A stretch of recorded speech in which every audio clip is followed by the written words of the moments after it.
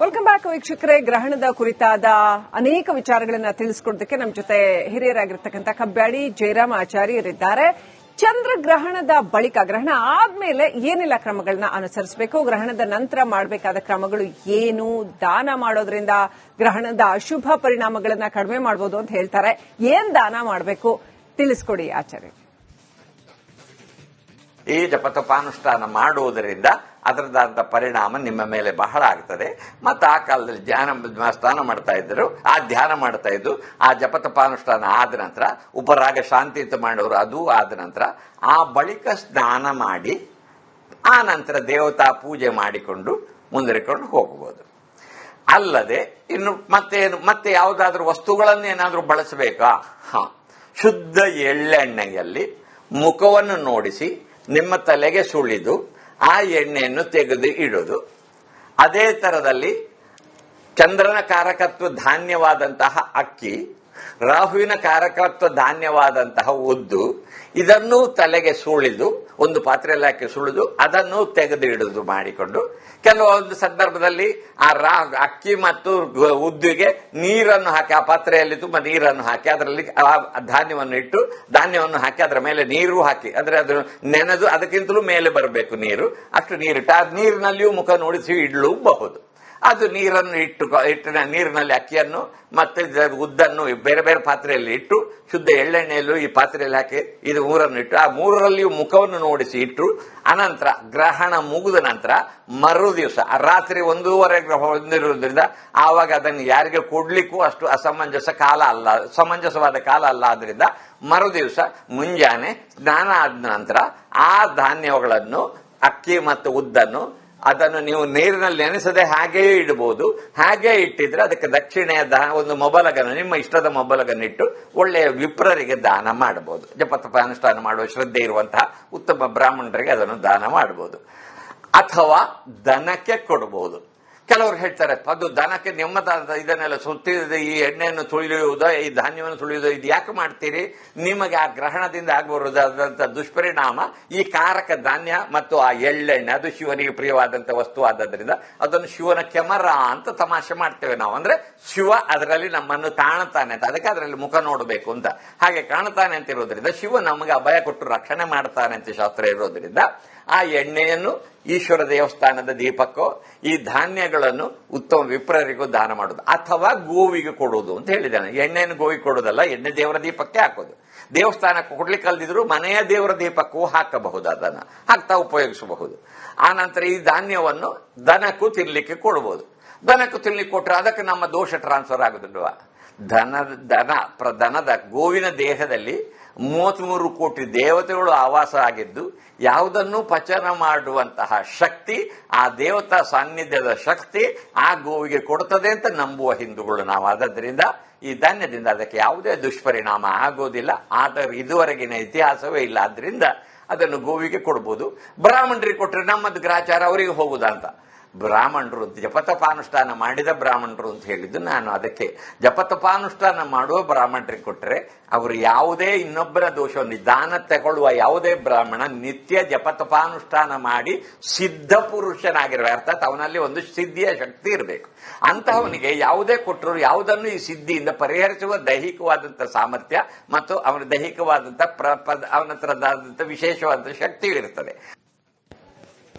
All right, ಧನ್ಯವಾದಗಳು ಕಬ್ಬ್ಯಾಡಿ ಜಯರಾಮ್ ಆಚಾರ್ಯರೇ. ಸಾಕಷ್ಟು ವಿಷಯಗಳನ್ನ ನಮಗೆ ತಿಳಿಸ್ಕೊಟ್ಟಿದ್ದೀರಾ. ಹಾಗೆ ಏನ್ ಮಾಡಬೇಕು, ಏನ್ ಮಾಡಬಾರ್ದು, ಯಾವ್ದು ಸರಿ ಯಾವ್ದು ತಪ್ಪು, ಅನೇಕ ವಿಚಾರಗಳನ್ನ ಬಹಳ ವಿವೇಕಪೂರ್ಣವಾಗಿ ನಮಗೆ ತಿಳಿಸ್ಕೊಟ್ಟಿದ್ದೀರಾ. ಧನ್ಯವಾದಗಳು ರಿಪಬ್ಲಿಕ್ ಕನ್ನಡದ ಜೊತೆ. ವೆಲ್ಕಮ್ ಬ್ಯಾಕ್ ವೀಕ್ಷಕರೇ. ಗ್ರಹಣದ ಕುರಿತಾದ ಅನೇಕ ವಿಚಾರಗಳನ್ನ ತಿಳಿಸ್ಕೊಡೋದಕ್ಕೆ ನಮ್ಮ ಜೊತೆ ಹಿರಿಯರಾಗಿರ್ತಕ್ಕಂಥ ಕಬ್ಬ್ಯಾಡಿ ಜಯರಾಮ್ ಆಚಾರ್ಯರಿದ್ದಾರೆ. ಚಂದ್ರಗ್ರಹಣದ ಬಳಿಕ ಗ್ರಹಣ ಆದ್ಮೇಲೆ ಏನೆಲ್ಲ ಕ್ರಮಗಳನ್ನ ಅನುಸರಿಸಬೇಕು, ಗ್ರಹಣದ ನಂತರ ಮಾಡಬೇಕಾದ ಕ್ರಮಗಳು ಏನು, ದಾನ ಮಾಡೋದ್ರಿಂದ ಗ್ರಹಣದ ಅಶುಭ ಪರಿಣಾಮಗಳನ್ನ ಕಡಿಮೆ ಮಾಡಬಹುದು ಅಂತ ಹೇಳ್ತಾರೆ. ಏನ್ ದಾನ ಮಾಡಬೇಕು ತಿಳಿಸ್ಕೊಡಿ ಆಚಾರ್ಯ. ಈ ಜಪತಪಾನುಷ್ಠಾನ ಮಾಡುವುದರಿಂದ ಅದರದಾದ ಪರಿಣಾಮ ನಿಮ್ಮ ಮೇಲೆ ಬಹಳ ಆಗ್ತದೆ. ಮತ್ತು ಆ ಕಾಲದಲ್ಲಿ ಸ್ನಾನ ಮಾಡ್ತಾ ಇದ್ರು, ಆ ಧ್ಯಾನ ಮಾಡ್ತಾ ಇದ್ದು, ಆ ಜಪತಪಾನುಷ್ಠಾನ ಆದ ನಂತರ ಉಪರಾಗ ಶಾಂತಿ ಅಂತ ಮಾಡೋರು, ಅದು ಆದ ನಂತರ ಆ ಬಳಿಕ ಸ್ನಾನ ಮಾಡಿ ಆ ನಂತರ ದೇವತಾ ಪೂಜೆ ಮಾಡಿಕೊಂಡು ಮುಂದುವರಿಕೊಂಡು ಹೋಗಬಹುದು. ಅಲ್ಲದೆ ಇನ್ನು ಮತ್ತೆ ಯಾವುದಾದ್ರೂ ವಸ್ತುಗಳನ್ನೇನಾದ್ರೂ ಬಳಸಬೇಕಾ?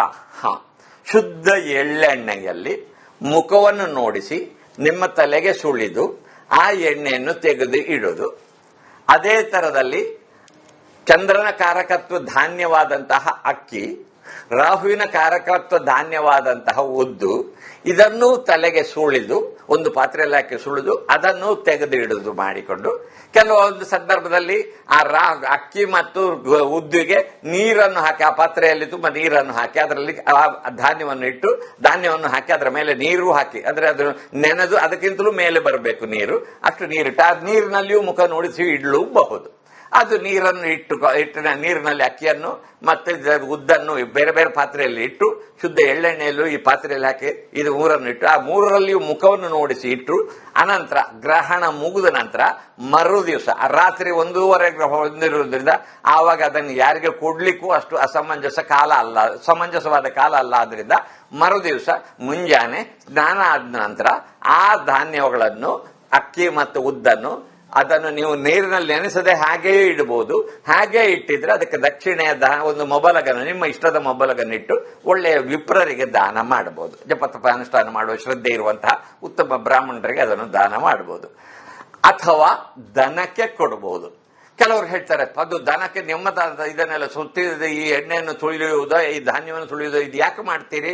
ನಿಮಗೆ ಆ ಗ್ರಹಣದಿಂದ ಆಗಬಹುದಾದಂತಹ ದುಷ್ಪರಿಣಾಮ ಈ ಕಾರಕ ಧಾನ್ಯ ಮತ್ತು ಆ ಎಳ್ಳೆಣ್ಣೆ ಅದು ಶಿವನಿಗೆ ಪ್ರಿಯವಾದಂತಹ ವಸ್ತು ಆದ್ದರಿಂದ ಅದನ್ನು ಶಿವನ ಕೆಮರ ಅಂತ ತಮಾಷೆ ಮಾಡ್ತೇವೆ ನಾವು. ಅಂದ್ರೆ ಶಿವ ಅದರಲ್ಲಿ ನಮ್ಮನ್ನು ಕಾಣುತ್ತಾನೆ ಅಂತ, ಅದಕ್ಕೆ ಅದರಲ್ಲಿ ಮುಖ ನೋಡಬೇಕು ಅಂತ. ಹಾಗೆ ಕಾಣುತ್ತಾನೆ ಅಂತ ಇರೋದ್ರಿಂದ ಶಿವ ನಮಗೆ ಅಭಯ ಕೊಟ್ಟು ರಕ್ಷಣೆ ಮಾಡ್ತಾನೆ ಅಂತ ಶಾಸ್ತ್ರ ಇರೋದ್ರಿಂದ ಆ ಎಣ್ಣೆಯನ್ನು ಈಶ್ವರ ದೇವಸ್ಥಾನದ ದೀಪಕ್ಕೋ ಈ ಧಾನ್ಯಗಳನ್ನು ಉತ್ತಮ ವಿಪ್ರರಿಗೂ ದಾನ ಮಾಡೋದು. ಅಥವಾ ಗೋವಿಗೆ ಕೊಡುವುದು ಅಂತ ಹೇಳಿದ್ದಾನೆ. ಎಣ್ಣೆಯನ್ನು ಗೋವಿಗೆ ಕೊಡೋದಲ್ಲ, ಎಣ್ಣೆ ದೇವರ ದೀಪಕ್ಕೆ ಹಾಕೋದು.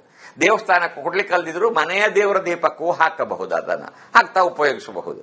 ಆ ನಂತರ ಈ ಧಾನ್ಯವನ್ನು ದನಕ್ಕೂ ತಿನ್ಲಿಕ್ಕೆ ಕೊಡಬಹುದು. ದನಕ್ಕೂ ತಿನ್ಲಿಕ್ಕೆ ಕೊಟ್ಟರೆ ಅದಕ್ಕೆ ನಮ್ಮ ದೋಷ ಟ್ರಾನ್ಸ್ಫರ್ ಆಗುದಿಲ್ವಾ? ದನದ ಗೋವಿನ ದೇಹದಲ್ಲಿ 33 ಕೋಟಿ ದೇವತೆಗಳು ಆವಾಸ ಆಗಿದ್ದು ಯಾವುದನ್ನು ಪಚನ ಮಾಡುವಂತಹ ಶಕ್ತಿ, ಆ ದೇವತಾ ಸಾನ್ನಿಧ್ಯದ ಶಕ್ತಿ ಆ ಗೋವಿಗೆ ಕೊಡುತ್ತದೆ ಅಂತ ನಂಬುವ ಹಿಂದೂಗಳು ನಾವು. ಆದ್ದರಿಂದ ಈ ಧಾನ್ಯದಿಂದ ಅದಕ್ಕೆ ಯಾವುದೇ ದುಷ್ಪರಿಣಾಮ ಆಗೋದಿಲ್ಲ. ಆದರೆ ಇದುವರೆಗಿನ ಇತಿಹಾಸವೇ ಇಲ್ಲ. ಆದ್ರಿಂದ ಅದನ್ನು ಗೋವಿಗೆ ಕೊಡಬಹುದು. ಬ್ರಾಹ್ಮಣರಿಗೆ ಕೊಟ್ಟರೆ ನಮ್ಮದು ಗ್ರಾಚಾರ ಅವರಿಗೆ ಹೋಗುದಂತ.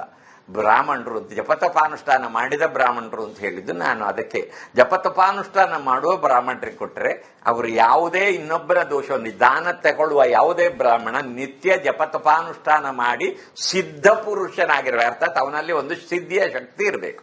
ಅಂತಹವನಿಗೆ ಯಾವುದೇ ಕೊಟ್ಟರು ಯಾವುದನ್ನು ಈ ಸಿದ್ಧಿಯಿಂದ ಪರಿಹರಿಸುವ ದೈಹಿಕವಾದಂತಹ ಸಾಮರ್ಥ್ಯ ಮತ್ತು ಅವನ ದೈಹಿಕವಾದಂತಹ ಅವನ ಹತ್ರದಾದಂತಹ ವಿಶೇಷವಾದ ಶಕ್ತಿಯೂ ಇರ್ತದೆ. ಆಲ್ ರೈಟ್, ಧನ್ಯವಾದಗಳು ಕಬ್ಬಾಡಿ ಜಯರಾಮಾಚಾರ್ಯರೇ. ಸಾಕಷ್ಟು ವಿಷಯಗಳನ್ನ ನಮಗೆ ತಿಳಿಸ್ಕೊಟ್ಟಿದ್ದೀರಾ. ಹಾಗೆ ಏನ್ ಮಾಡಬೇಕು, ಏನ್ ಮಾಡಬಾರ್ದು, ಯಾವ್ದು ಸರಿ ಯಾವ್ದು ತಪ್ಪು, ಅನೇಕ ವಿಚಾರಗಳನ್ನ ಬಹಳ ವಿವೇಕಪೂರ್ಣವಾಗಿ ನಮಗೆ ತಿಳಿಸ್ಕೊಟ್ಟಿದ್ದೀರಾ. ಧನ್ಯವಾದಗಳು ರಿಪಬ್ಲಿಕ್ ಕನ್ನಡದ ಜೊತೆ